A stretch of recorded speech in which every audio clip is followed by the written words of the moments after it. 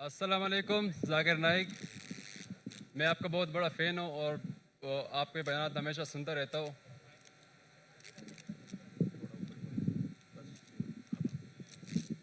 سر آپ سے میرا سوال یہ تھا. اپنا نام بتائیے. میرا نام رفیع ہے. آپ مسلم ہیں نان مسلم؟ جی میں کرسچن ہوں. جی. تو آپ سے سوال یہ تھا، پاکستان کے مسلمانوں کے حوالے سے سوال کرنا تھا کہ آپ نے پہلی بات کی کہ پاکستان اسلام کے نام پر بنا ہے اور پاکستان کا مطلب ہے لا الہ الا اللہ. تو میرا سوال یہ ہے کہ پاکستان میں اتنے زیادہ علماء کرام ہیں، اتنے زیادہ مدارس ہیں، اور پاکستان میں سب سے بڑے بڑے تبلیغی اجتماعات ہوتے ہیں، لیکن اگر دوسری سائڈ پر دیکھا جائے جتنے بھی بڑے بڑے گناہ ہیں اور ایسے باتیں جس کو اللہ تعالیٰ نے سب سے زیادہ منع کیا ہوا ہے، تو ان معاملات میں پاکستان باقی ممالک سے پہلے نمبر پر ہے. یعنی ہمیشہ وہ تمام برایاں جو اللہ تعالیٰ نے منع کیا ہے دوسرے ممالک کے مقابلے میں وہ پاکستان میں سب سے زیادہ ہے. تو اگر کوئی تبلیغی ہمارے پاس آتا ہے، یعنی کسی دوسرے ملک میں آتا ہے، غیر مسلم کو اسلام کی دعوت دیتا ہے کہ آپ اسلام میں آ جاؤ اور اچائی کی باتیں کرتا ہے، تو میں ان سے وہ سوال کر سکتا ہوں کہ وہ تمام باتیں جو ہم میں ہے وہ تم میں نہیں ہے. یعنی ہم عدل اور انصاف پر یقین رکھتے ہیں، ہم جھوٹ نہیں بولتے. ہم بھائی سوال پوچھئے. سوال کیا ہے آپ کا؟ تو میرا سوال یہی ہے کہ کیا یہ پاکستان کے علماء کرام کی ناکامی ہے یا اس کی کیا وجہ ہے؟ بھائی صاحب نے ایک اچھا سوال پوچھا، اہم سوال. وہ جو خاتون نے کل پوچھی تھی اس سے ملتا جلتا ہے، لیکن یہ صاف سوال ہے. بھائی صاحب نے کہا کہ جیسے میں نے کہا کہ پاکستان ملک اسلام کے نام پہ بنا اور پاکستان کا مطلب ہے لا الہ الا اللہ. پاکستان کا مطلب میں نے کبھی بھی نہیں کہا لا الہ الا اللہ. میں نے کہا پاکستان کا مطلب پاک جگہ، ہولی لینڈ. پاکستان کا مطلب لا الہ نہیں ہے، یہ آپ کی غلط فہمی ہے. پاکستان کا مطلب ہے پاک مطلب ہولی، ستان مطلب جگہ. تو پاکستان کی معنی ہے پاک جگہ، ہولی لینڈ. سمجھ گئے آپ؟ آپ کا نام کیا بھائی صاحب؟ میرا نام رفیع ہے. رفیع بھائی عیسائی آپ نے کہا، کرسچن ہے؟ جی ہاں. تو رفیع بھائی نے سوال کیا تھا کہ پاکستان میں کئی بڑے علماء ہیں، کئی اجتماع ہوتے، اس کے باوجود یہاں ہم دیکھتے ہیں کہ بڑے بڑے گناہ ہوتے جو باقی ملک میں نہیں ہوتے. تو اسے کیا سمجھے ہم؟ سوال کیا ہے؟ تو انہوں نے بولا سوال ہے کہ ہم کہیں گے کہ یہ علماء کی ناکامیابی ہے.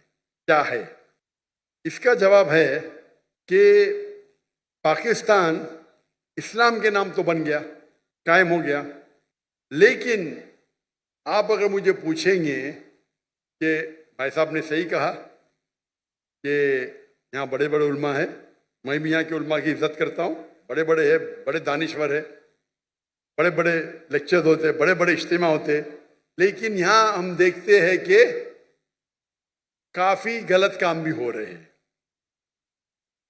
ایک چیز ہے کہ اگر کوئی دائی تقریر کرتا ہے اور اگر معاشرہ اس کو فالو نہیں کرتا ہے، آپ وہ دائی پہ دوش نہیں ڈال سکتے. مثال کے طور پہ آپ کا بھائی ہے، آپ ایک نیک انسان ہیں، آپ کا بھائی چوری کرتا ہے، آپ بولے چوری مت کرو، وہ چوری کرنے لگے گا تو میں آپ کو دوشی ٹھہرا سکتا ہوں بھائی صاحب؟ رفیع بھائی، آپ کا بھائی اگر چوری کرنے لگا، آپ بولیں گے مت کرو، پھر بھی کر رہا ہو، بولوں گا رفیع اپنا آپ کامیاب ہے، آپ خراب انسان ہے، بول سکتا ہوں میں آپ کو دوشی ٹھہرا سکتا ہوں؟ جی بالکل ٹھہرا سکتا ہوں. نو سوری میں آپ کو جیل میں ڈال سکتا ہوں؟ نہیں. آپ کا بھائی چوری کر رہا ہے، آپ نے اسے کہا مت چوری کرو، میں آپ کو دوشی ٹھہرا سکتا ہوں؟ نہیں. آپ اگر نہیں بولیں گے، ایک حدیث ہے اللہ کے رسول کی کہ ایک فرشتہ آتے، اللہ تعالیٰ سے فرماتے یہ گاؤں میں سب لوگ غلط کام کر رہے ہیں، کافی لوگ، میں ان کو سب کو ان کے گھر کو تباہ کروں گا، لیکن دو ایسے گھر ہیں جو غلط نہیں کرتے. تو حکم آتا ہے کہ سب سے پہلے ان کو تباہ کرو. کیوں؟ ان نے باقی کو دعوت دی نہیں. اگر غلط کام ہو رہا ہے تو روکنا مسلمان کا فرض ہے. 3 ہے. اللہ کے رسول نے کہا اگر کچھ غلط کام دیکھتے ہو سکے تو ہاتھ سے روکو،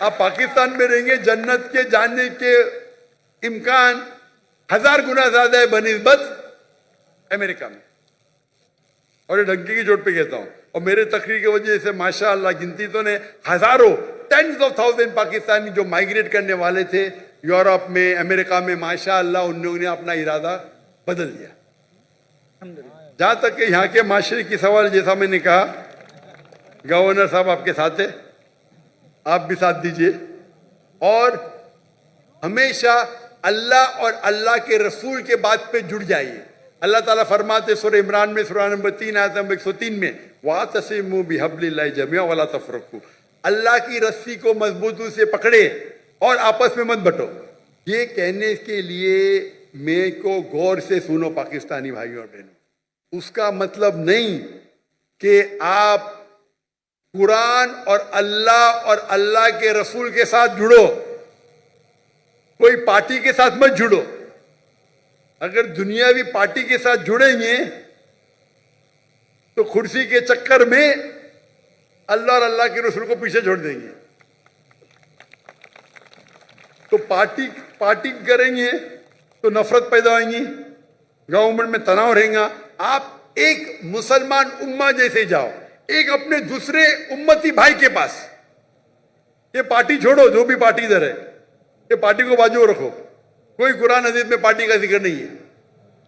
آپ ایک مسلم جیسا جاؤ, دوسرے مسلم سے ملو. یہ پارٹی کے چکر میں, کرسی کے چکر میں آخرت چلی جاتی ہے. تو اسی لیے آپ سب لوگ ساتھ میں ہو, محبت سے بات کرو, اور یہ بات کرنا چاہیے کہ اس کے وجہ سے آپ کی بھی آخرت بنے گی, ہماری بھی بنے گی. ہم کیا کرتے ہیں کہ اسلام کے نام پہ غلط فہمیاں پھیلاتے ہیں, اسلام کے نام پہ غلط کام کرتے ہیں, اور پھر اسلام بدنام ہو جاتا ہے. اسی لیے میں کہتا ہوں, اسلام جاننے کے لیے مسلم کو مت دیکھو, ڈاکٹر ذاکر نائک کو مت دیکھو, قرآن اور حدیث پڑھو. اگر کوئی انسان کو دیکھنے کا ہے, بیسٹ ایگزامپل محمد صلی اللہ علیہ وسلم. اس سے بہترین آپ کو مثال ملیں گے ہی نہیں. اس کے بعد ہمارے خلفاء راشدین ہیں, ان کی زندگی دیکھو. آج کے مسلمان کو دیکھیں گے تو آپ اسلام چھوڑ دیں گے. ہماری حالت بری ہے, ہم کمزور ہیں, ہم بات بھی کرنے کو ڈرتے ہیں. 40,000 سے فلسطین بھائی ہمارے مر گئے, ہم منہ بھی نہیں کھول سکتے. اللہ نے آپ کو طاقت دی ہے, ہتھیار دیے, کائی کے لیے؟ ہمارے مسلمان بھائی کا قتل ہو رہا ہے, جینوسائیڈ کھلم کھلا لائیو ٹیلی کاسٹ ہو رہا ہے. کیا کر رہے ہم؟ ابھی 1 سال پورے ہو جائیں گے کل, سولر کیلنڈر کے حساب سے 1 سال پورے ہوئیں گے. 11 دن پہلے لونر کیلنڈر کے حساب سے 1 سال پورے ہوئے. اور ایک بڑا مجمع تھا ٹرکی میں نے آن لائن کتاب کی تھی اس کے اوپر, اور بڑے بڑے علماء تھے اس تقریر میں. تو میں نے بھی کتاب کی ادھر 10 منٹ کی. میں پاکستان کے آنے کے پہلے وہ کتاب کی ملیشیا سے. تو انشاءاللہ اگر آپ اللہ اور اللہ کے رسول کے بات پہ ایک ہو جائیں گے, اللہ تعالیٰ آپ کے ساتھ رہیں گا. اور انشاءاللہ امید کرتا ہوں کہ انشاءاللہ پاکستان مانی کی طور پہ پاک ہو, انشاءاللہ پاک ہو, تاکہ اس سرزمین پہ کوئی گناہ نہ ہو. انشاءاللہ دعا کرتے. آج نہیں تو قرآن میں تو لکھا یہ وقت آئے گا, چاہے آپ زندہ رہے میں زندہ رہے. قرآن میں تو لکھا ہوا ہے, جو میں نے آیت کوٹ کی 3 جگہ پہ, انشاءاللہ 7 سال تک کے ساری دھرتی پہ اسلام کی شریعت نازل ہوئیں گی, اور انشاءاللہ سب سے امن کا موقع رہیں گا اس وقت.